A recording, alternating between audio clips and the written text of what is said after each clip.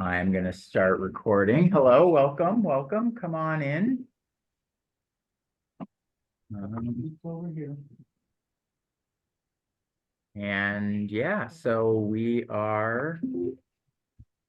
Oh, I have a calendar pop up because I'm supposed to be at this meeting right now. Wonderful. Barb, do you want to say anything to get us off to the races? Oh my, no, Hudson's in charge today. We're off to the races with. I hope to be back for February, and we'll have to discuss what the program is for February, but go for heat pumps. Okay. Go Hudson. We're going to talk about heat pumps today. Thank you, Barb. Thank you very much. And Barb, even though she's not here, she sent me a whole bunch of slides that I could use from her presentation. So she's contributed tons of information, even if she doesn't want to do the presentation herself. Let me see which ones I can bring up. So for everybody who doesn't already know me, my name is Hudson Kingston, and I am legal director at a nonprofit called CURE, which stands for Cure at this point. We work a lot on rural environmental issues, and specifically we do a lot of work in energy and clean energy stuff and rural democracy. So the interesting thing about cleaning up your own home heating is it's good for you and it's good for the planet. And so it's the sort of win-win that I personally am very fond of. I am not a scientist, but I do have a heat pump. So that's my qualification at this point. Oh, I am sharing the wrong screen, as you would expect someone to do when they started recording themselves. But now people on Zoom can see. Folks who are new to Ely Climate Group may be surprised to hear that we are in a climate emergency. And this is one of the slides that Barb helped me out with. The U.S. is on track. I wish that banner would go away. That the U.S. is on track to produce more oil and gas in 2023 than ever before. So on the left, the U.S. field production of crude oil, average barrels today has gone up from about 5 million in 2011 to well over 10 million last year. And gas, million cubic feet per month has gone from under 2 million to above 3 million. So we're certainly doing gangbusters on producing oil and gas, which, as we know here in northern Minnesota, is relevant to our discussion today because it's oil is turned into fuel oil to heat your home, or gas is processed into propane fuel, which is obviously a fossil fuel. Also, in addition to our great ability to produce fossil fuels, 2023 has been gangbusters for average temperature. We're now at 1.48 C above pre-industrial. And this is where 2023 was hotter or colder compared with the baseline, which is the 1990s through 2020. And we are definitely in the hotter zone here in northern Minnesota, not as bad as northern Canada, obviously, and some other places, but we've had a pretty warm go of it. And I think this winter is a good example of that, of a combination El Nino and climate change winter, which is making it easier for me to heat my house. But other than that, is not necessarily good for our snow economy. Or our way of life based on a strong winter that we have up here in Ely. So I am going to switch over to the cheerier presentation. Let me see if I can. Yes, and no, that's not. I did not mean to do that.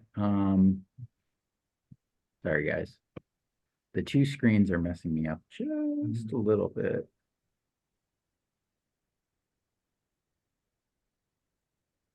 But today we're talking about heat pumps.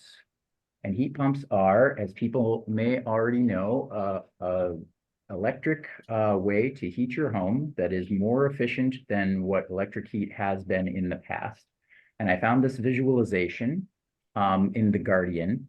We do have at least one person attending on Zoom from the UK, so we obviously have to use the Guardian as our main source, which is that only 1% of British homes have a heat pump. But in the next 25 years, they're going to bump that up to 80% or more. And similarly, we're going to have to do that in the United States as well, like especially when transitioning from fuel oil or gas. It's just necessary for climate change, and it's also a pretty great way to make people's homes more comfortable and do so more cheaply. But this is just to explain how a heat pump works, basically with a visualization. They're very counterintuitive for most people in that there's this big box outside your house, and they use the heat from outdoors to heat the inside of your home, even in cold weather. So to understand how that works on a cold day, say it's 4 degrees centigrade, which is certainly below, well, it's above freezing. It's warmer than it is here, but it's still cool. And what is going on inside of that box, which looks somewhat like an air conditioning unit outside your house? The part that is doing the hard work absorbing the heat from the air is called the evaporator. And that is a bunch of pipes in that box that contain cold liquid, which is a refrigerant at about -4 degrees Celsius, so below freezing. The fan blows air onto the pipes, and the heat that's coming off of the well, let's just read what it's saying. The combination of pressure and temperature in the evaporator means that the refrigerant cannot continue to be a liquid and it becomes a gas. It is taking the heat from the air and it is expanding in that pipe. So as the function that's happening outside of your house is that the refrigerant is expanding, it's taking up more space.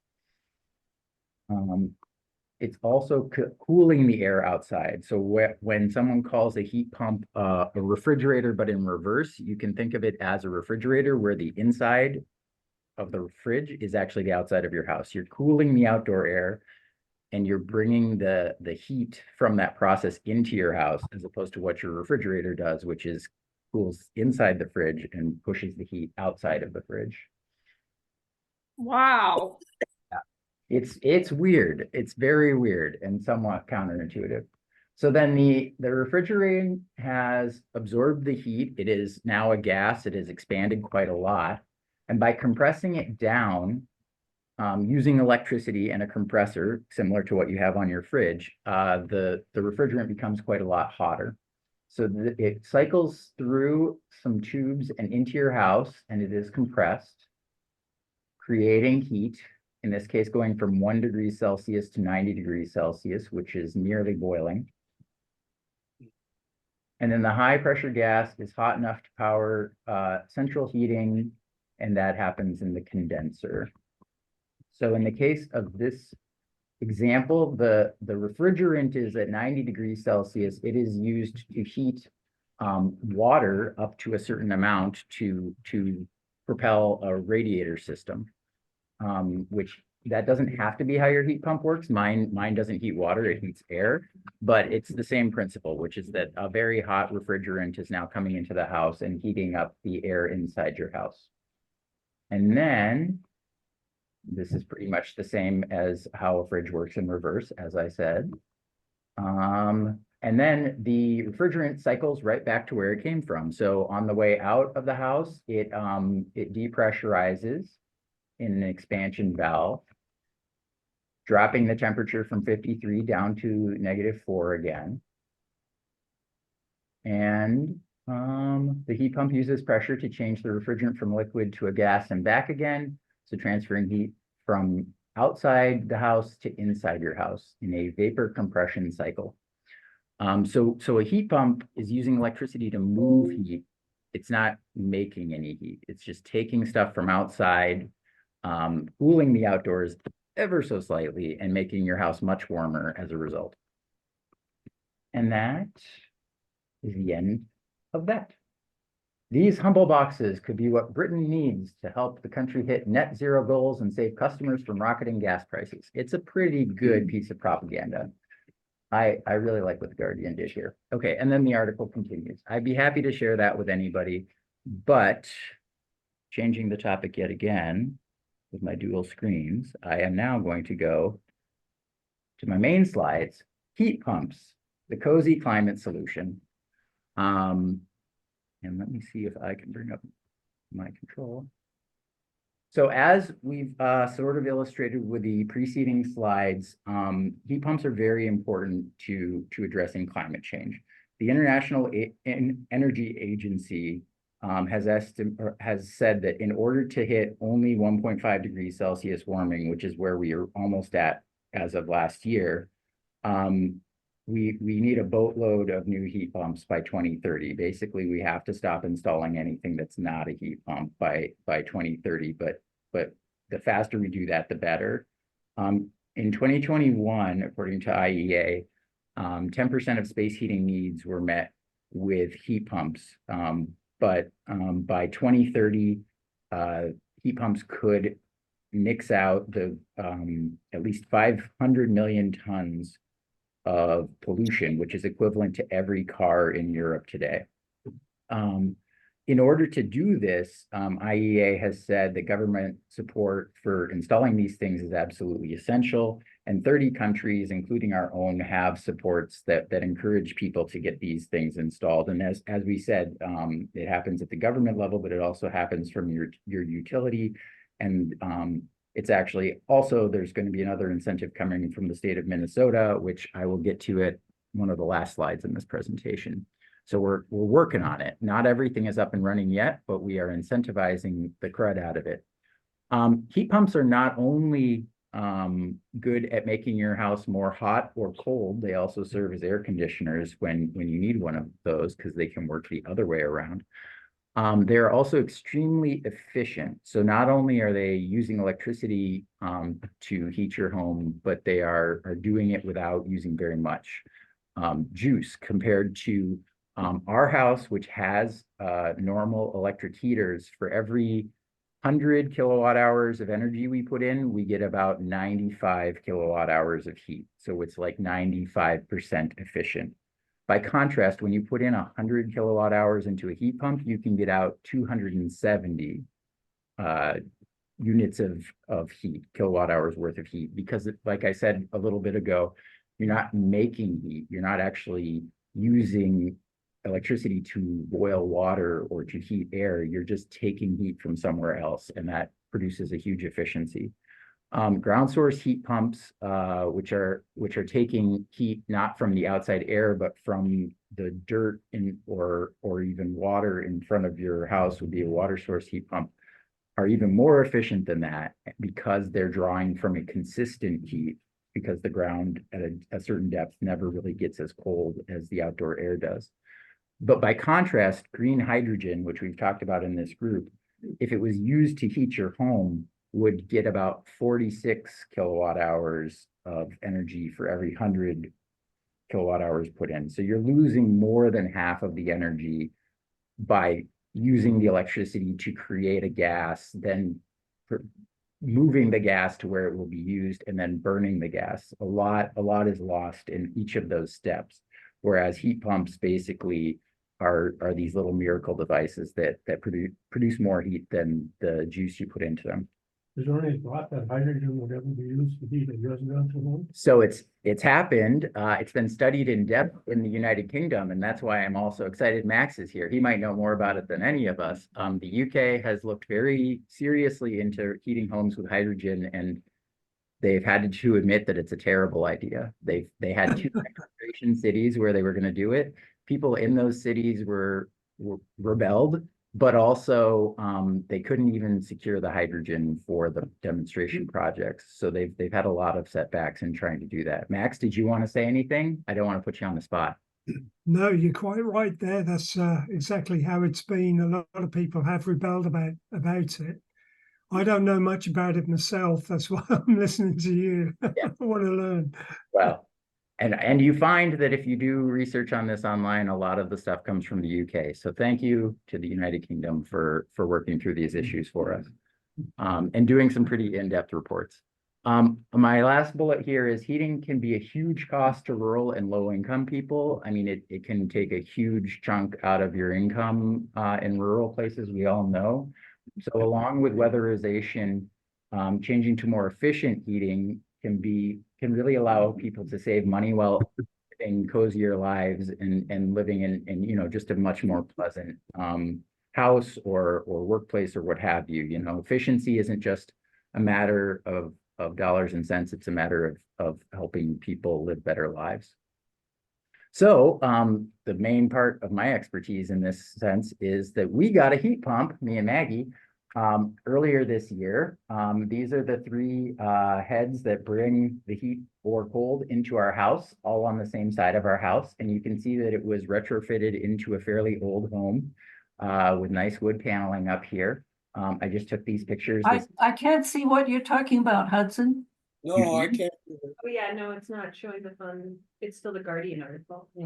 Oh, Lord. No. Okay.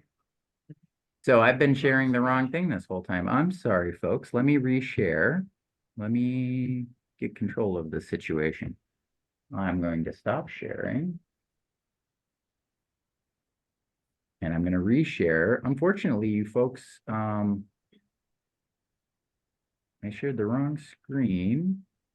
So just to prove that I made some slides that you didn't see, I had these great slides that had text all over them. So no big deal. Don't worry about it. I said most of the stuff, but this is the photos I was talking about. Thank you for pointing out my error. Took these photos this afternoon, and the first one on the left is in our kitchen. The one in the middle is in our bedroom, and the one on the far right with Kat is in a hallway and is in between those two things. So there's a 3-ton cold climate heat pump sitting outside of our kitchen, and it serves heat or cold to these 3 different units that have been put all on the same side of our house.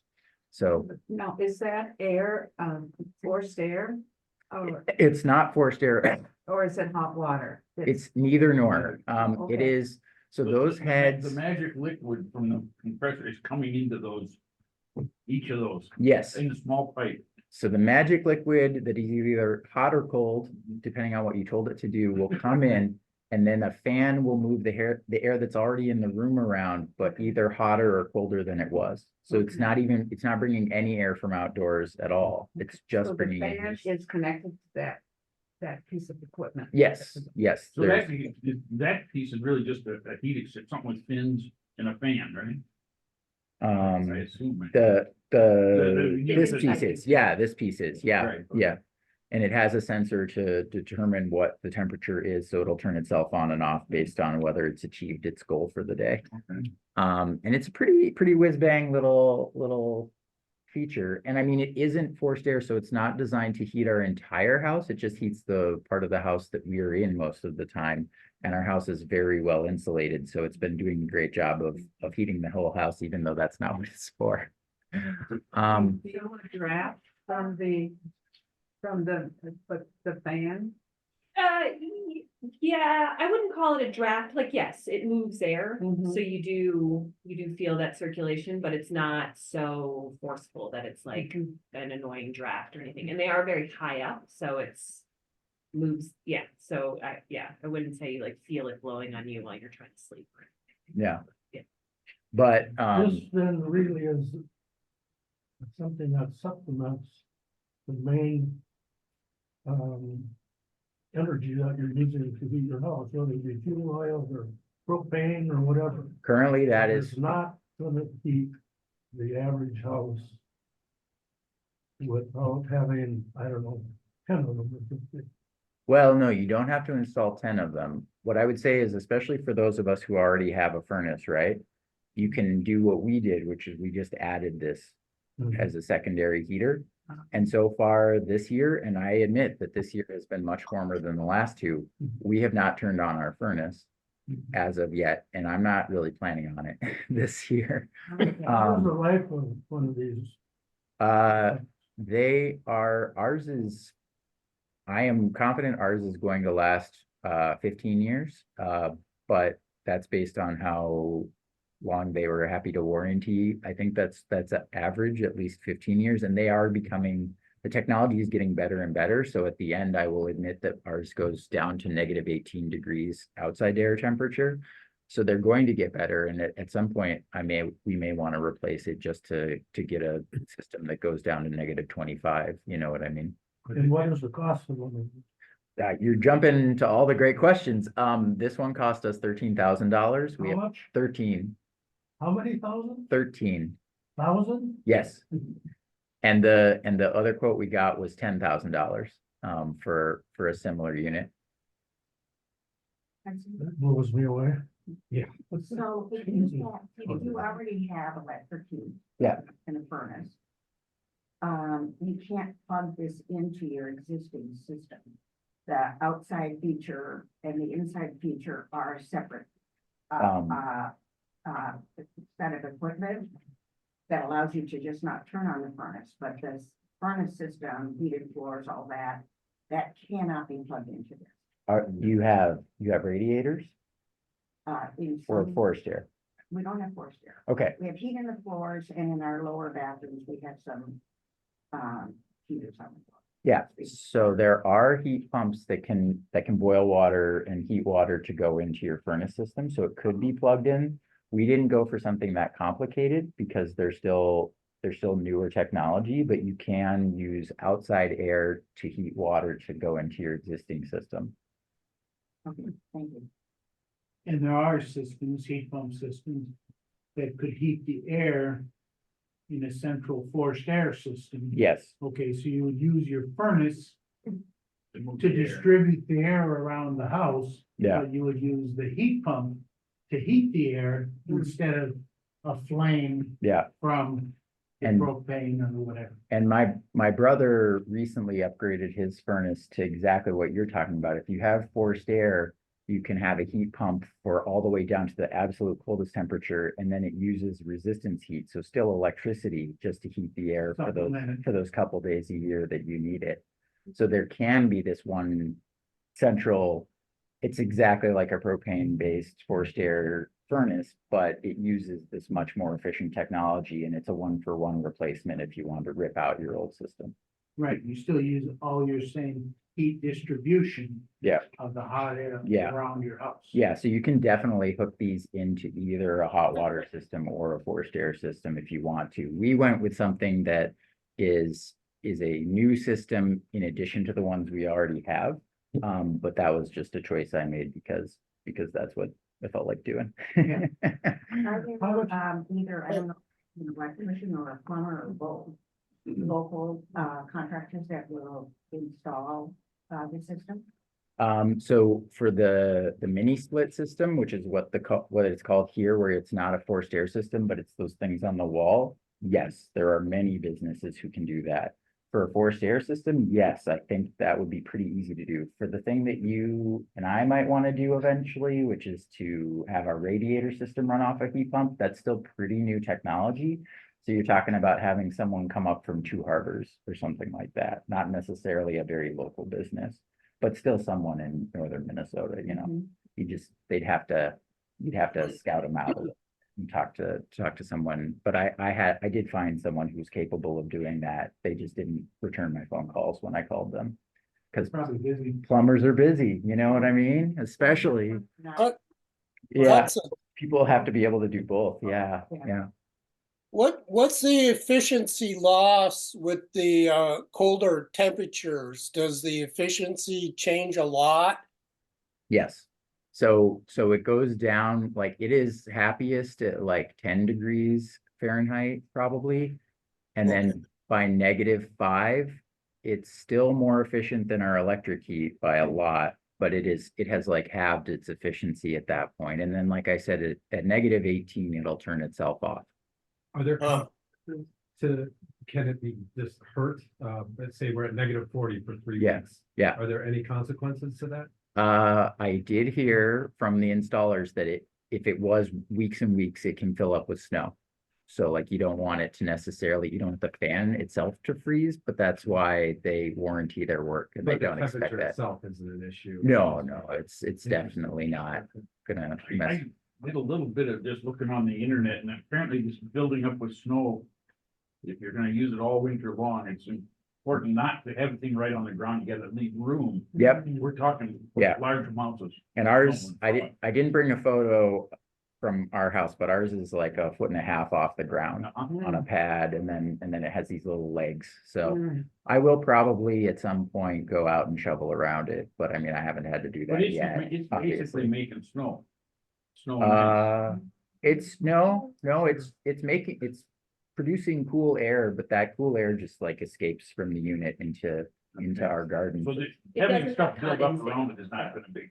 No, that's just gonna be if it drifts up on it because it's, Hudson, Mike has his hand up. Mike, please go. Hi Hudson, I just got on. I was at another thing, but I have heat pumps for my house for the last 3 years. And last year, for the first time, I had one of them that iced up after the late winter, early spring snows, and I didn't shovel it out. And it iced up so much that it pushed the fan blades against the cowling, and I had to stop it because it was ding, ding, ding, ding, ding, ding, ding. And so, so that is one of the things that I learned, was that it is probably smart to keep them shoveled out and brushed away carefully so you don't bend up the fins, so that they don't end up getting a big iceberg that builds up inside the unit. Yeah, that's awesome. That's good to know. I will do that. I have a greenhouse I need to shovel off too. So 2 things to shovel in addition to my driveway. Just to. Otherwise, they work awesome. And I will tell people on this call that if you've got a good envelope on your home, you can do a really good job of heating your house. And we have never had to use anything other than the heat pumps for the last 3 winters. Awesome. Just to clarify on this, the ice and snow, any of the ice and snow that Hudson or Mike are talking about is ice and snow coming down naturally around. It is not being created by the heat pump. I Yeah. didn't realize that. Okay, Yeah, there's no condensation, Okay, there's nothing no, like that. It okay. is not being created in the heat pump. Yeah. Okay, thank you. It's coming from. Yeah. And ours is on the breezy side of the house, so I will be shoveling it out every winter. No, But that's sure. just, it's exercise. I like having. Would it make exercise. sense to locate what do you call the part that's, the part that's outside? Mike, what do you call the part? Compressor, Okay, compressor, I think. put the compressor on the warm sunny side of my house. Yeah, Or or on the cold where it never sees the sun north side of the house.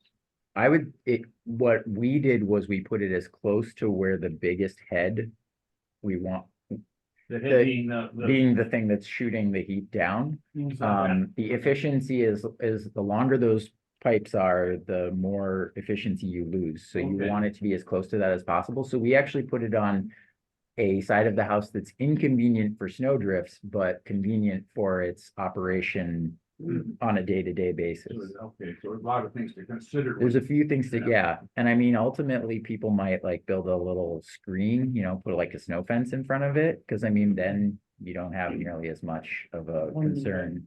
Sheltering, you can shelter the Yeah, unit. yeah, it just needs to have air going in and out. Well, it's good. I thought it was making its own moisture and it's not. So it's. Yeah. That's just because it's so much colder. Well, The exhaust coming out of there. we get snow and ice here. Yeah. Yeah, And builds It up does. wherever it is. Yeah. Right, leave your Yeah. driveway and buy your heat pump. So you could build like a roof over the top of it then, right? yeah, just a Good. little Just structure around to it, help. yeah, yep. Okay, these are great questions and statements, and I have some slides that slightly illustrate what Mike has also had his experience for the last 3 years, but what I'm calling Hudson's experiment. This is my actual energy usage over the last 3 years and last 3 winters. This is, and we'll get into the nitty gritty, but this is 2021-22 winter. This is last winter, 23-24, and this is our winter thus far. And the brown lines, if you can see those, are almost entirely our heating system, because this is my Minnesota Power dual fuel system, where brown is the electricity I'm getting a bit cheaper. So as you can see in that first winter, incredibly high energy usage. Last winter, cut it down a bit. And then this winter, which is warmer, I'll concede I can't control for temperature in my experiment. And I'm not a scientist, but I am very pig-headed. We've had considerably less electrical usage. So to get into details on that first winter, this is us using electric heat all winter long. At its peak in early January, in 1 week, we used close to 900 kilowatt hours of electricity. And that is just with our baseboard heaters working at their like 95% efficiency to boil water.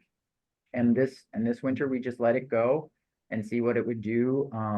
And I would say, and I have a slide about this later, these bills were like under Minnesota Power were like $600 a month or so. So I mean, I was definitely learned my lesson that year, and came back next year thinking, I know what I'll do. I'll use my backup heat, which is my wood system. We have some fuel oil.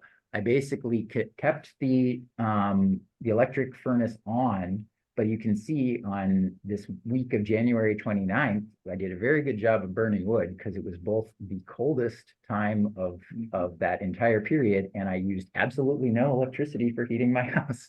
So I was burning wood like it was my job.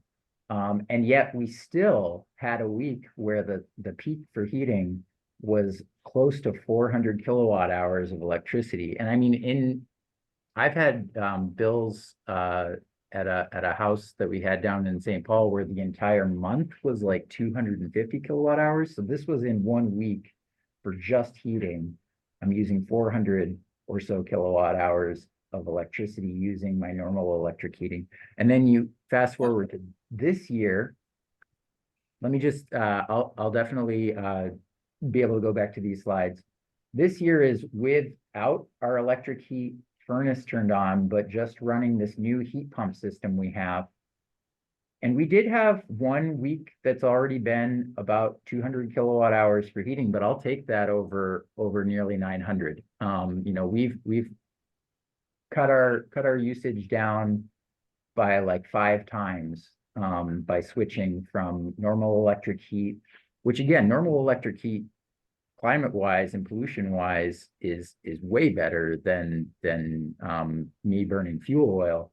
But Or burning wood. or the wood also has a carbon cost, and it does have localized pollution. Very large, as a matter of fact. Yeah, so this has sort of been a win-win in terms of saving me a lot of electrical usage, and also keeping me from having to get up in the morning and get my wood fire going. And this is also a day-by-day breakout of this winter again, and you can see that we're just not using that much electricity. The yellow lines is how much we're using for, you know, turning on our lights or running our computers or anything like that, like our normal human usage. And then the electric that is brown is just the heat pumps. I think Mike, were you trying to say something and I cut you off, or was it Doug? There are a couple of things I'm thinking of. Just curious, do you know how much you pay per kilowatt hour with Minnesota Power? So in those yellow lines, I think it's about 12 cents. And for the brown lines, it's closer to like 6 cents. Wow. Okay. So electricity is still pretty cheap if you're hooked up to the grid. It's kind of hard to compete for a lot of people. The other thing I wanted to mention is those of you who are with CCL, I look at their emails, and I haven't done their Zooms or anything because I have limited Zoom capability and limited system here. So I'm going to just repeat what I said at some earlier meetings, whereas if the state with their rebates or CCL or all the people who are concerned about energy use want more people to adopt this, it has to be for the low-income people. It has to be an upfront rebate to get either the heater or more electric panels or battery. So a lot of people won't even consider this because they don't benefit because they're low income. I have a slide about this. Don't worry, Doug. Okay, Don't worry. okay, We're gonna get there, and your point is well made. okay. So speeding to my new or my other slides, just one more last slide on climate change. Similar to other things that run on electricity, like this dirty electric car of mine, the electrical grid is getting greener over time. So Barb has a whole lot of numbers in her head about how much carbon per kilowatt hour we're spending. But the great thing about using electrical heat in general, especially efficient electrical heat, is that as the grid gets cleaner, your electrical heat is also getting cleaner, and it's coming more and more from renewable resources and clean resources. Like your fridge, it may break down, it may need a new compressor, but you don't have to go and get it filled up regularly with the propane truck or the fuel oil truck or what have you. So it's more of an issue of repairing it when it breaks, but otherwise it just sort of runs in the background, and it's not as much of a maintenance or even upkeep and cleaning things out system. I should be cleaning the air filters on those heads, but so far it hasn't been a problem. And just to talk about savings again, our monthly bills which are coming from electric heating to electric heating with a heat pump, have dropped by as much as $500 a month. And I mean, obviously not everyone here is a Minnesota Power customer, so maybe you have a different rate structure. I think it's more interesting to see the change in electrical usage, because that's more of a apples to apples comparison. But we can save, and we will save this winter, several $1,000s, it seems like. And then even when we were maxing out our backup last winter, when we were trying to just run our electrical system a lot less, we were still paying through the nose for electricity and creating a whole lot more pollution, either burning wood or fuel oil. Also, on that brown usage, we have been able to also put in our water heater, which is also a heat pump inside the house, that heats all of the water for our house. And so we're able to get that preferential lower electrical rate for heating water in our house too. We've had that longer than we've had the actual house heating system. So it's just sort of a relief. We'll never have to probably pay for another oil delivery, even though we do have a 1/3 full oil tank still sitting there. We don't have to burn wood to keep ourselves from freezing. We just don't really think about using it, and we won't really have to worry too much until it's close to -18 degrees, or I have to go and shovel. Which, I'll still do that, because especially with Mike's example, I am definitely going to shovel around my heat pump. Don't worry, Mike. And to the money issue, because we talked about how much it costs. So right now, and to Doug's issue, right now there are tax credits through the federal IRA for $2,000 to do a heat pump. You can do it every year. You could get $2,000 off your taxes if you just kept installing heat pumps like a crazy person. But there's also a means connected rebate system where upfront, if you are low income as defined by your community and what people are making in your community, you can get up to $8,000 off the upfront cost. And that's just from the federal incentives. From your utilities, Minnesota Power, for example, has rebates for heat pumps that go between $400 and $1,000. Sometimes they're even higher if you do something like a ground source heat pump, or something fancier like that, which have higher upfront costs, but are far more efficient. And Lake Country Power I looked at them and they were pretty much the same as Minnesota Power. For this type of heat pump, you get this type of rebate. And Courtney, you said, look, right now, right, Are we to anticipate this is gonna change suddenly, or if Well- I wait 2 years, am I gonna miss the boat, or? The incentives are getting better. So the state of Minnesota has passed, but it's not stood up yet, a $4,000 rebate that you could also get for a heat pump. So they're only getting better. The rebate system based on your income is, my understanding is that that's money that passes through to the states. So you may have to wait on the state of Minnesota to stand up their system for doing so. But in that regard, there's no rush. It's not like. It's not a rush right now. Motor's gonna No, fail and ends on Friday. And I think the state ones, they don't have unlimited funds. So like there might be a use it or lose it thing for the $4,000 state rebate when it comes. But the federal ones are unlimited. Okay, So we could just install heat pumps until we're dead, as long as this legislation still exists. And there's no pool of money. The money cap is unlimited because it's, at least the tax refunds are unlimited tax refunds. So this is going to continue on in the years to come. And like I said, the incentives are pretty good right now and they will get better. So as I say at the bottom, based on your income and like where you're at in terms of all of the incentives, because these all stack, you could get up to $15,000 off of your heat pump, right? So if you're buying a heat pump that's going to cost you $20,000 and you get $15,000 off of it, that's a pretty good deal. Also, it's going to save you a huge amount of money as soon as it's installed. I mean, that's over time, obviously, but that's what all these incentives are for. And it goes back to my first slide. Without these incentives, as Doug is saying, it's just like the upfront cost is high. And we aren't going to get where we need to go in terms of climate change without these incentives. So thankfully, the federal ones are pretty solid. The Lake Country Power and Minnesota Power ones are solid and in existence now. And that's a rebate. As soon as you get it installed, you can apply for your rebates. You don't really have to wait. You have to wait for them to do the paperwork, but it's not like you have to wait for the next year's taxes. And then Minnesota is also standing up an additional incentive to do it. And like us, you don't need to rip out your existing system.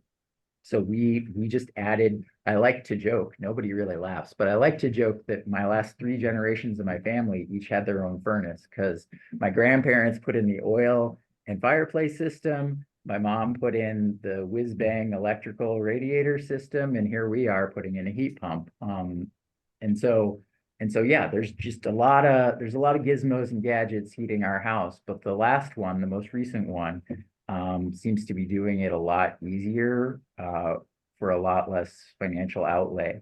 And we didn't get, because of our household income, we didn't get the huge rebate for being low income. But what I'm excited about is people who are on a fixed income, right, should be able to benefit from this, like people who potentially, have a lower income because they're retired or whatever.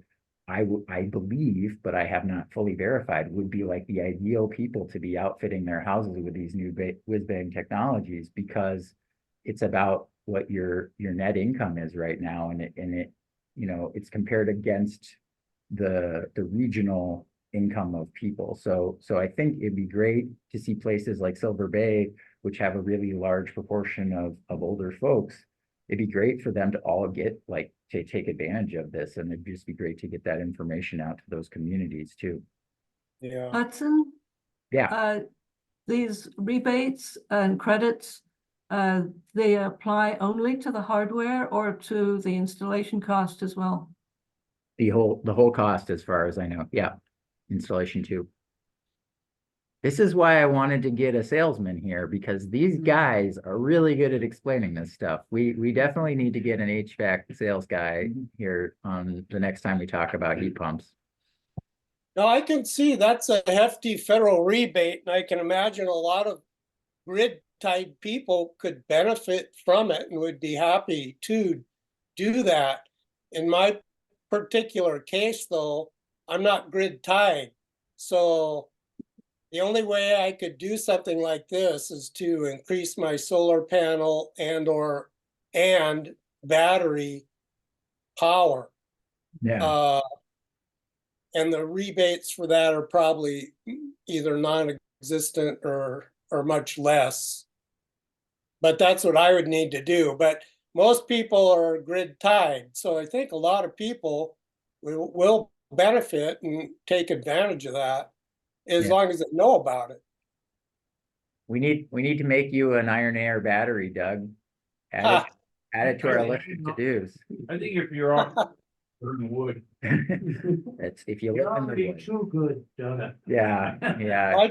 I do burn wood, yeah, and I think, wood does have a carbon cost, but it regrows, so, It's not a fossil fuel, we know that. yeah. So I have one more lame slide where people can ask testimony or ask questions, give their testimonials.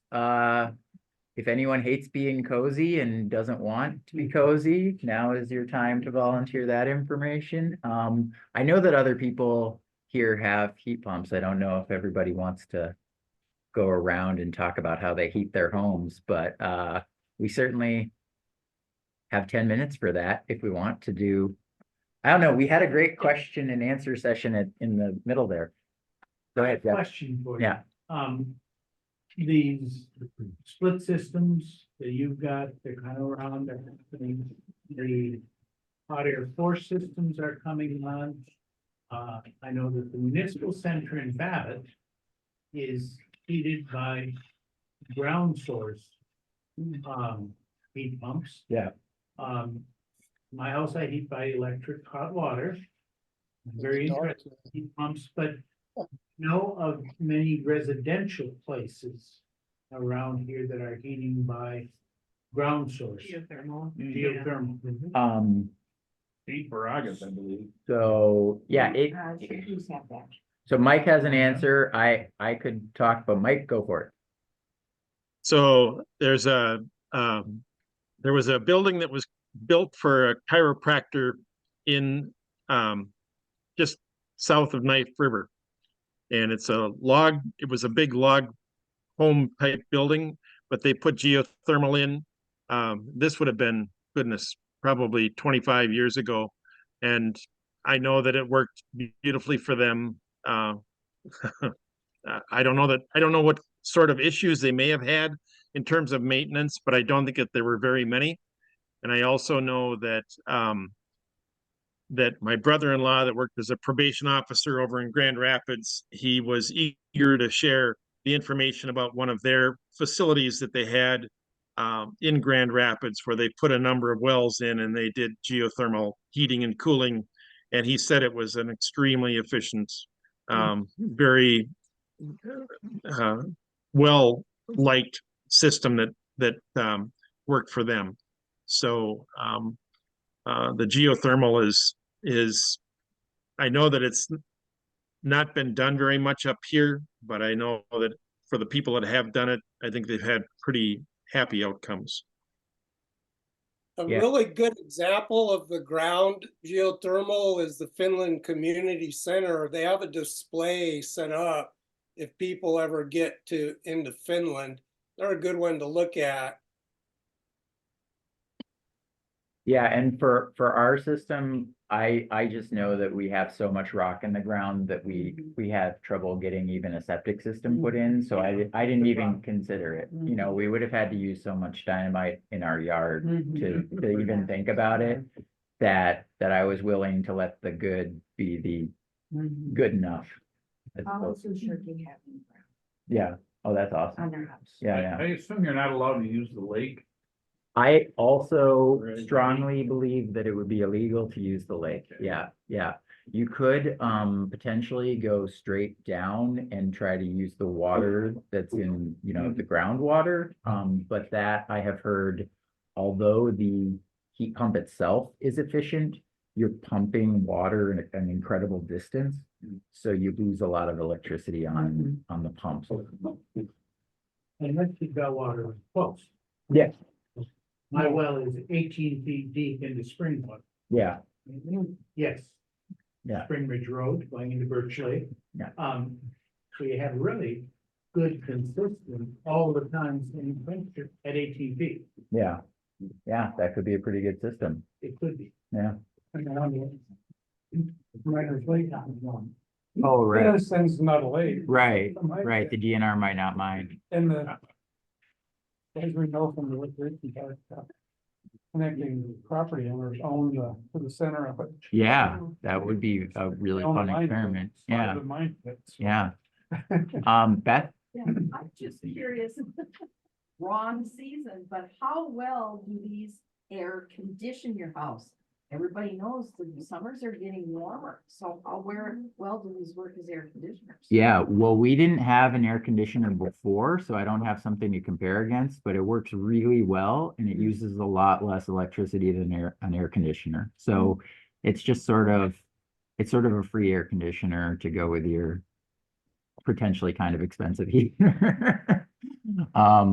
And yeah, this last summer we had it and we used it a few nights. And once I figured out how it works, because I had not seen this presentation and I was like, oh, it's definitely bringing in air from the outside. So I just turned the fan on one night thinking it was going to cool off. I was like, nope, that's not how it works. But yeah, it's able to go down very cold, like uncomfortably cold if you leave it going, which I did test when there was a mosquito and I just didn't want the mosquito to bite me. So I dried him out, stopped him that way. One quick recommendation, a certain time in, the desert Southwest, people are swapping out slowly there, everyone's got an outside air conditioner unit. Swamp coolers?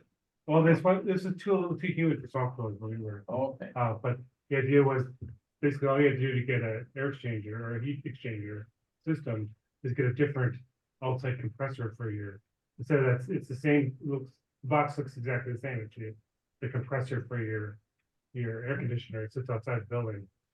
That turns into so people are putting in, just like we're changing out our heaters to be this system. Yeah. People are doing the same thing with their air conditioning. Oh, and that's a great question about when it reaches its end of life too. So yeah, you can just replace the outdoor unit and keep the indoor units the same. Yeah, so money. I was told for this one unit, you can actually replace that and all you do is like change your thermostat and work with all the other heaters, but there's still a gas furnace in place. Yeah, that's awesome. But I also wanted to ask, you said there's a 3-ton unit outside, like, is it like literally? That's what they call it. That's how they're rated. Yeah, that's their Rated rate. It has nothing to do with how much they So weigh. it doesn't weigh 3 tons. No, it just sounds impressive So that's calling like it a 3 tons. measure of like air compression or something. Or Do you know? It's tons per hour, I think, of ice. Okay. It goes way back. Well, to way back when. Yeah, you know, way but back. Oh, really? So it's a rating that would. Yeah. It's another way of defining the thermal capacity. Okay. So it helps you compare it against a different furnace that runs on something totally different. Yeah, it's Pretty impressive. it's- 3 tons. it's big, but it's not, it certainly didn't weigh 3 tons when they put it next to our house. We did have a chat about whether it's a noisy unit, and our house is very well insulated with good windows. But it is not noisy at all. And even when I am standing outside and it's running, I can hear the fan spinning, but it's very, very acceptable. There's no clicking, there's no annoying repetitive noise. Inside the house, I can't hear it at all. So it's pretty They run pretty much continuously. it's more, so yeah, the newer versions, they're more efficient if they can run continuously, but like run less strong. That so ours pretty much is running. It doesn't turn itself on and off very much. Yeah. And I just got an email. That was that sound. I did tell Barb I was going to do a full scan of everybody. Who else has any questions or thoughts? Yeah, I've just got one, Hudson. It's very interesting hearing all your experiences with the products, but it could really be considered that this is all experimental almost at the moment. It seems like you people who are jumping in and trying out the units. Do you think there's anyone in authority collating the data on? I mean, the efforts you've gone to produce the graphs, sharing the efficiency is marvelous, but surely if these things are going to expand and the costs are going to come down, somewhere surely somebody's keeping an eye on the productivity of them or the efficiency of them. Is there anything being done about that, do you think, with authorities? Are they collating information on how folks like yourselves are managing the products? Yeah, there was an article again from The Guardian from like a day or two ago saying that people who live in Victorian homes in the UK are 83% happy with their heat pumps. But yes, no, there are many studies about the overall efficiency. I would defer to Mike on real numbers because I just wanted to give the anecdotal guy who lives in Ely version of this presentation. Mike, I'm calling you in. Tag. Thank you. I was going to say that I put 2 links in the chat. One of them is an organization that's the Minnesota Air Source Heat Pump Collaborative.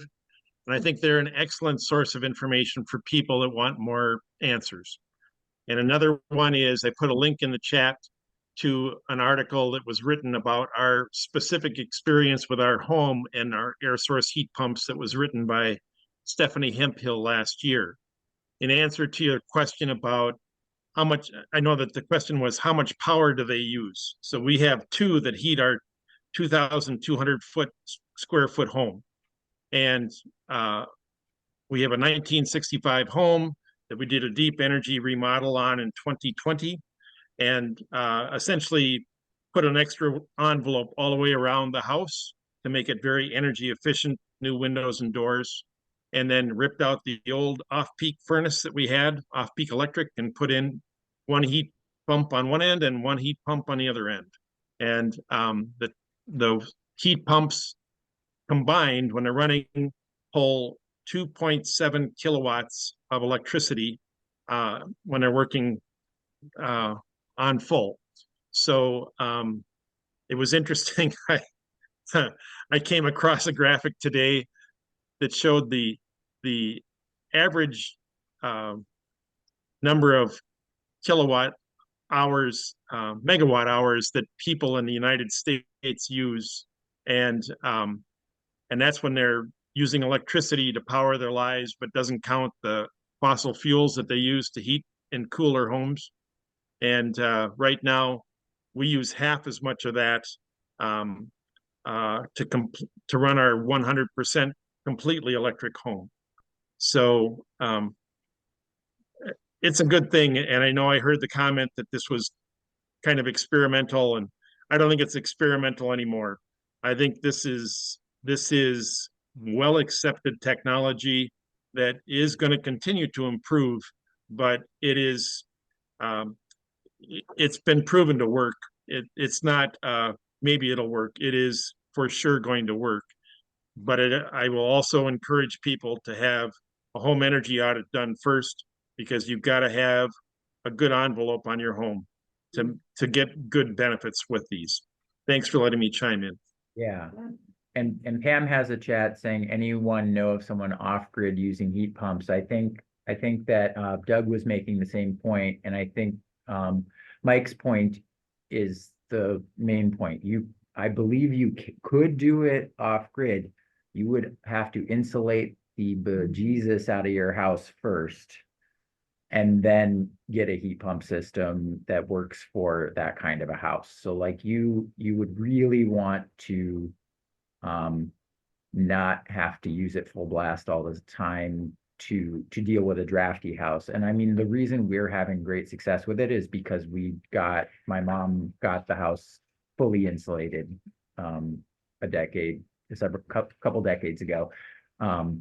And that pays dividends. Like, weatherization is perhaps not always the sexiest topic, but it's also an important part of this equation in decarbonizing buildings.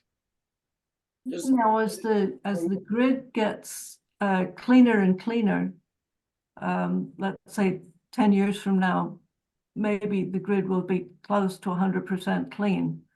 Then moving to a heat pump isn't going to save carbon, but maybe it is going to save dollars. Yeah, and I would also say, just comparing us from 2 winters ago to this winter, it's like 3 houses can be comfortably warm for the same electricity as one house when you switch this technology. You know, it's just so many more people can have access to a comfortable place to live if we all live more efficiently, I guess, is the way I look at it.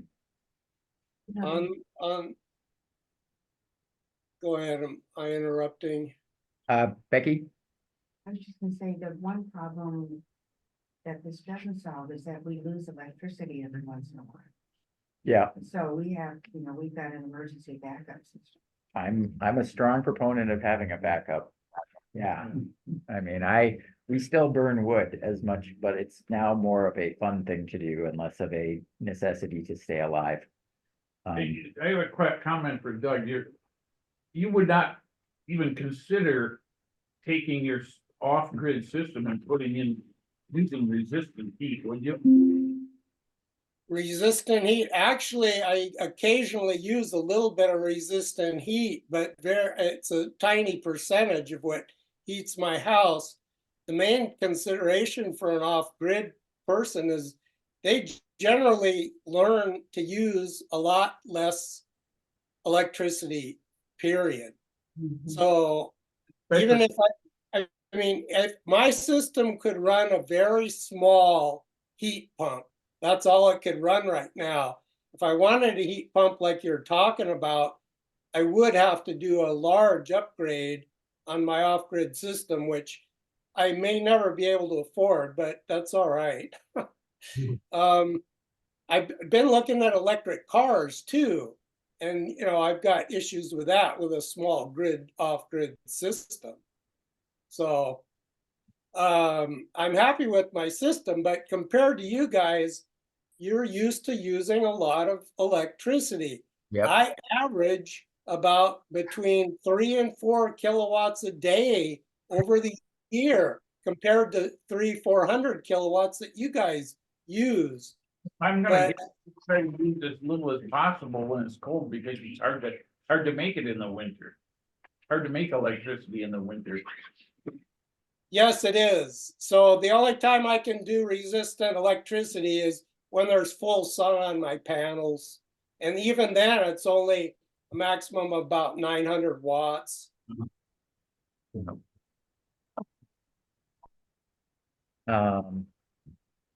And then we did get a question, people are hopping off. We did get a question about who to go to for the energy audits, whether the utilities provide that service. I don't think the utilities do energy audits. It's more of a clean energy resource teams. So I know that CEE, the Center for Energy and the Environment in the Twin Cities, does energy audits, but the energy audits is done by a variety of organizations in greater or outstate Minnesota. I can. But if you went to the CERT's website, I think they would probably have the information. Yeah, I'll send around an email once I have a satisfactory answer to that question.